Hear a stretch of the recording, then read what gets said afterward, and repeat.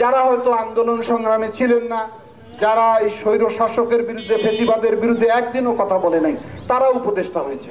সেই সমস্ত উপদেষ্টা আমাদেরকে সবক দেয়, নানান উপদেশ দেওয়ার চেষ্টা করে।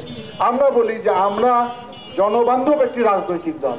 আমরা বলছি যে একটি নির্বাচনের রোডম্যাপ দেওয়া হোক, এটা নিয়ে এত কেন গড়িমসি?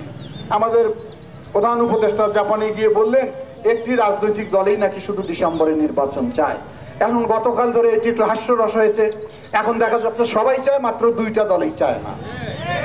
তাহলে ওনার জায়গা থেকে উনি যে কথাটা বললেন, জনগণের কাছে যে মেসেজটা দিলেন, সেটা জনগণের কাছে একটা বিভ্রান্তি ছড়ানো হলো। সুতরাং উপদেষ্টা, প্রধান উপদেষ্টা মহোদয়কে আমরা বলবো, আপনাকে আমরা শ্রদ্ধা করি, আপনি ক্ষমতায় থেকে একটা সুষ্ঠু নির্বাচন দেন, সেটাই আমরা চাই। কিন্তু এমন কোনো উক্তি উচ্চারণ করবেন না যা আপনার সম্মানকে খাটো করে দেওয়া হয়। সব ষড়যন্ত্রের বিরুদ্ধে রুখে দাঁড়াতে হবে।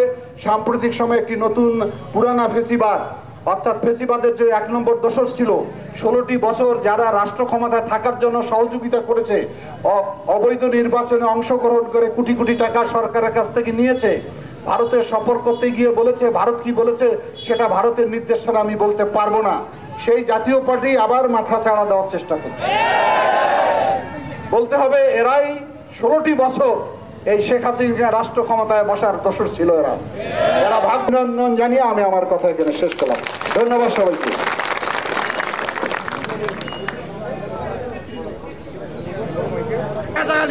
সংসদের সভাপতি মোহাম্মদ রফিকুল ইসলাম রাখি